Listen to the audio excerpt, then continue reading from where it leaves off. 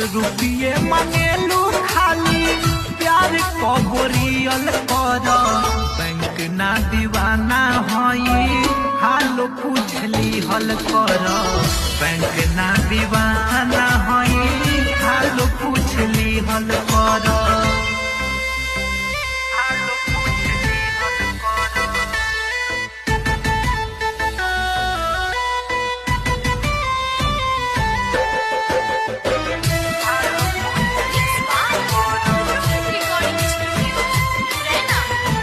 लूट खातिर पैसा